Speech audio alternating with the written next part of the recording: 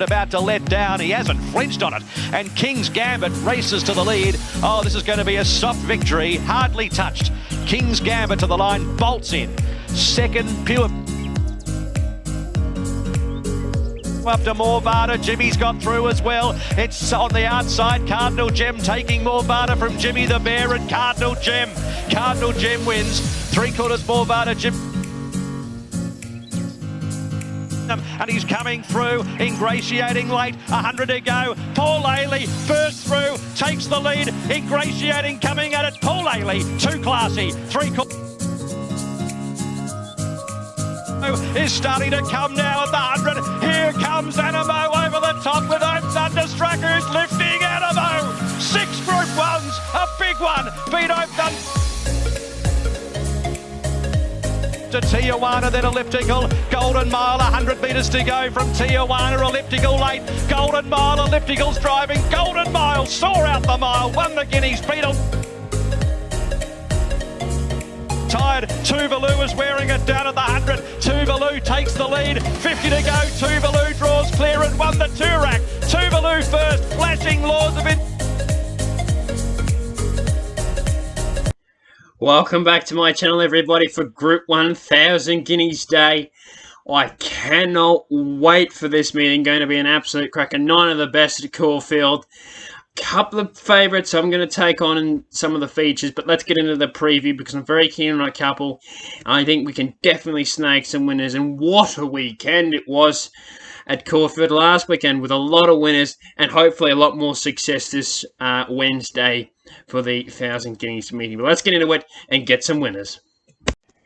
Race 1 at Caulfield, the first on 1000 Guineas Day, and I am with Redina here. I think it's a very good winning chance. It's had 3 starts for the 2 placings and the win.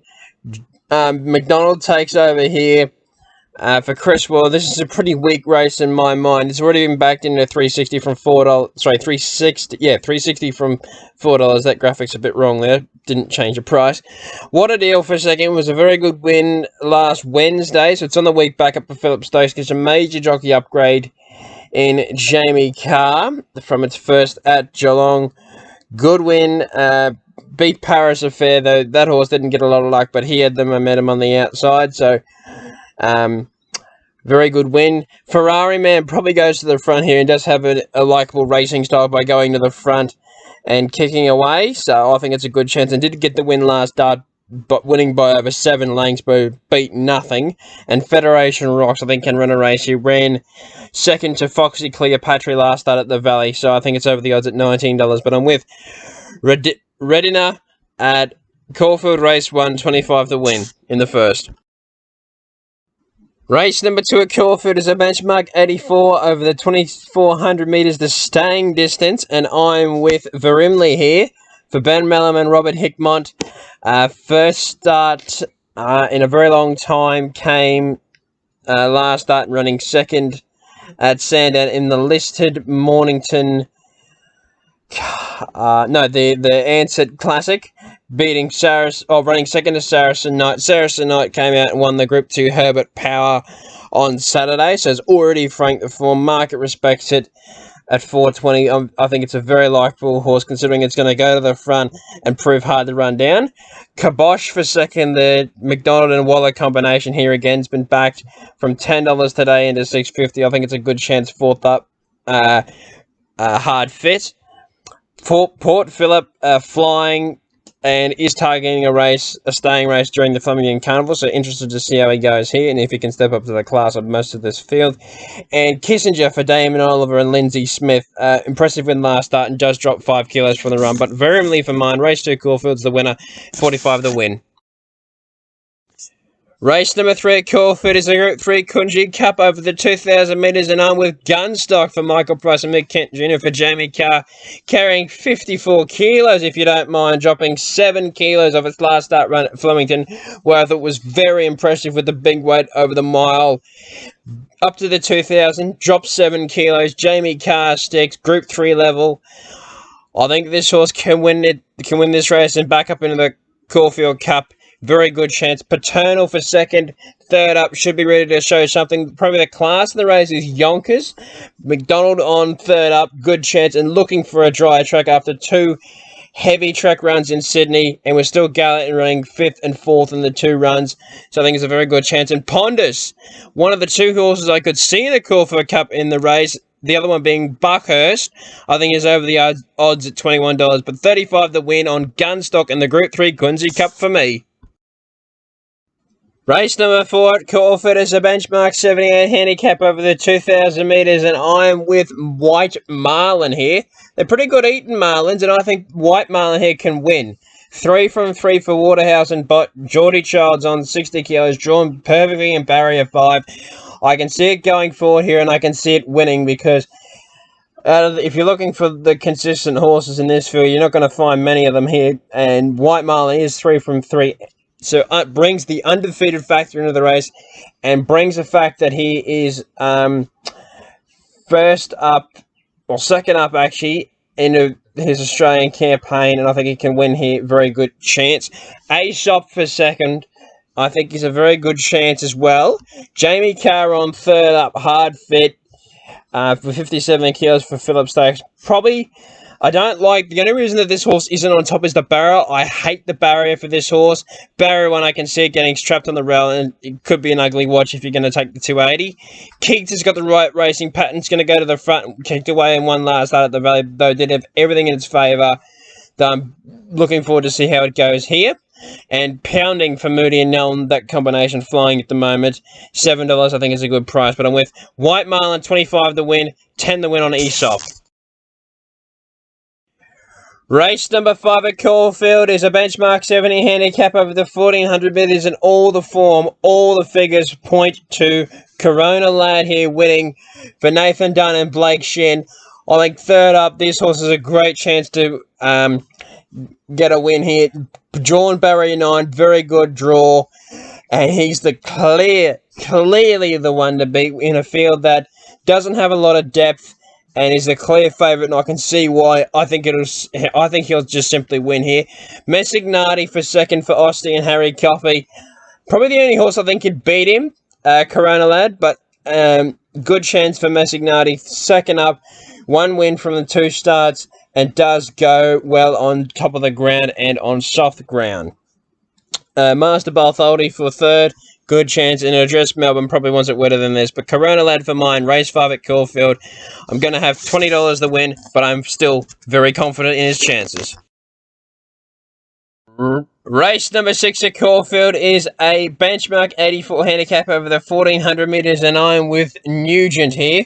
For the team, Mara uses Ethan Brown to ride, 61.5 kilos. Can he carry the weight? I think he can. Very good import here. I think that it's going to be winning here first up. 4 starts for the 2 wins and a third. Loves on good ground. 8 starts for 3 wins, 3 seconds and a third. And the market already respects it, and I think it can win here first up.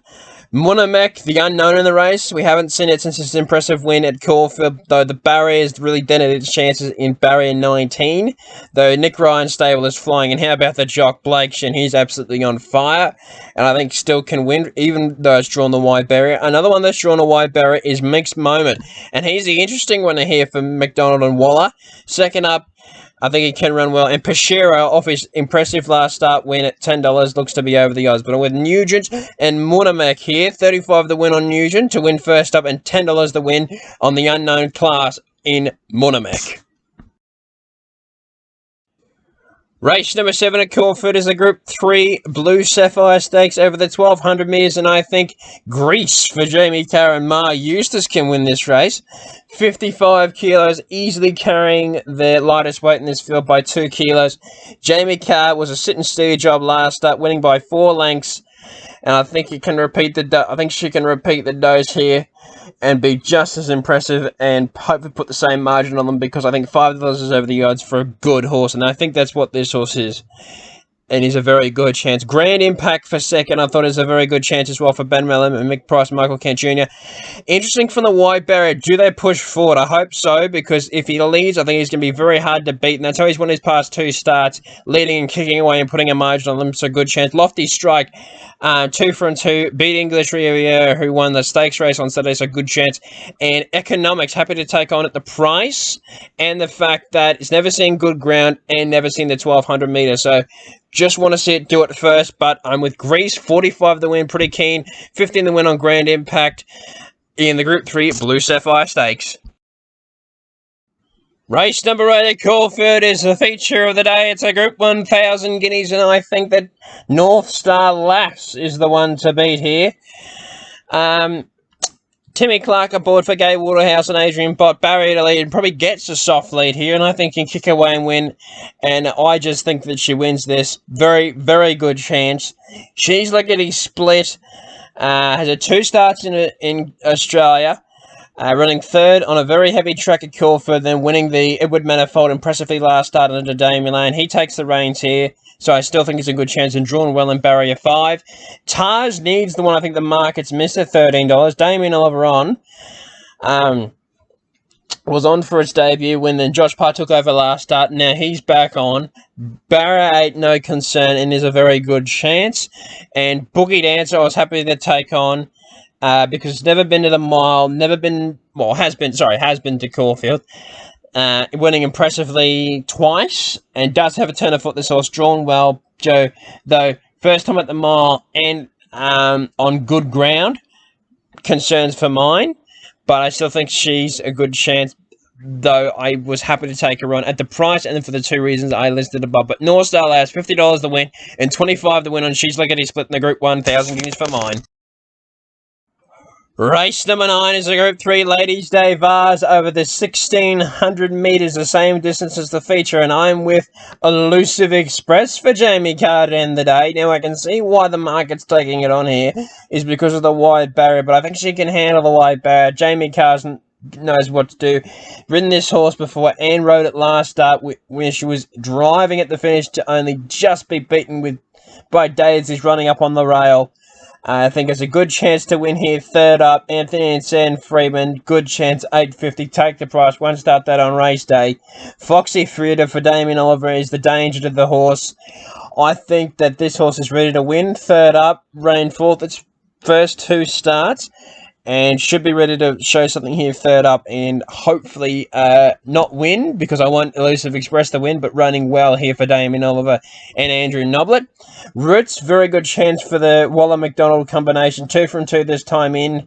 Can make it 3 from 3 if you like the horse, but for mine, I like Elusive Express. And Stein on the one I thought was over the odds at $17. Can run a race here for McNeil and Mara and Eustace, but I went Elusive Express in the last race of the day at Caulfield in the Group 3 Ladies' Day Vase. 25, the win.